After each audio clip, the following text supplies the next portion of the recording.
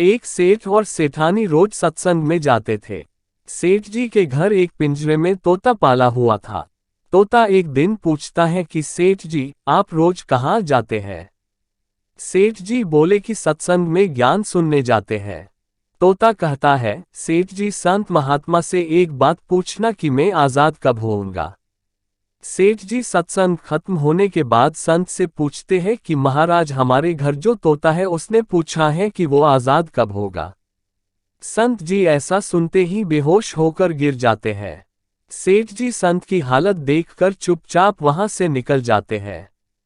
घर आते ही तोता सेठ जी से पूछता है कि सेठ जी, संत ने क्या कहा? सेठ जी कहते हैं कि तेरी किस्मत ही खराब है, जो तेरी आजादी का पूछते ही वो बेहोश हो गए। तोता कहता है, कोई बात नहीं सेठ जी, मैं सब समझ गया।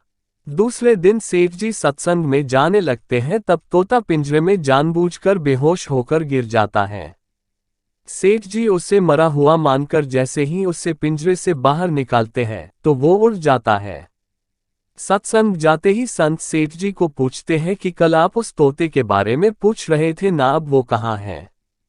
सेठ जी कहते हैं, हाँ महाराज, आज सुबह सुबह वो जानबूझकर बेहोश हो गया। मैंने देखा कि वो मर गया है, इसलिए मैंने उसे जैसे ही बाहर निकाला तो वो उड़ गया।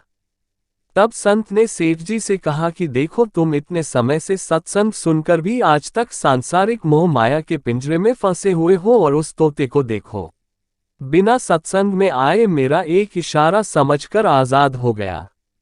दोस्तों, इस कहानी से तात्पर्य ये है कि हम सत्संग में तो जाते हैं, ज्ञान की बातें करते हैं या सुनते भी हैं, पर हमारा मन हमेशा सांसारिक बातों में ही उलझा रहता है।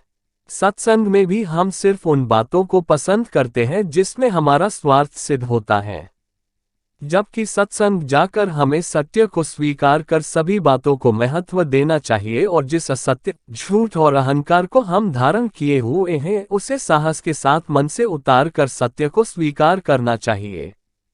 जय श्री राम।